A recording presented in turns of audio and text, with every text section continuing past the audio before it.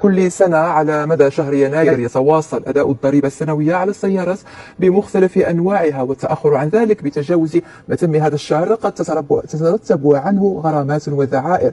العملية تتم هذا العام وفق الشروط نفسها باستثناء إعفاء جديد يطال في بعض الحالات السيارات التي تجاوزت مدة استعمالها 10 سنوات. ريبورتاج أمين حدو والتحرير لحمزة أيتم سعود.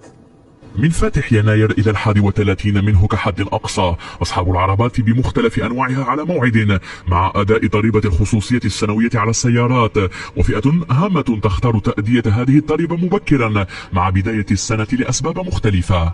جيت نخلص هنا لافينيت ديالي بوغ دو ريزون، نفس الثمن اللي خلص ذاك العام وهذا العام، والدنيا الحمد لله باقا مرخفه وانا قريب ليا. ما كاين لا زياده على الثمن العادي، وباقي الوقت دابا مخفف، غادي مخففه، حنا نجي نخلصوا لافينيت ان شاء الله. أداء هذه الضريبة أصبح ممكنا منذ عام 2016 عبر الأبناك وشركات الدفع وشبكات خدمات القرب لتسهيل الخدمة على المواطنين والإدارة. بالنسبه لهذا العام باقي ما كاينش اقبال كثير بالنسبه للخلاص ديال لافينيات، كنتسناو الناس يجيو، وما كاين حتى شي تغيير بالنسبه للاثمنه ديال لافينيات. بالنسبه للناس ما كيخلصوش في الوقت، عندهم دابا ان موا باش يخلصوا، اللي كيتاخر هذاك لو موا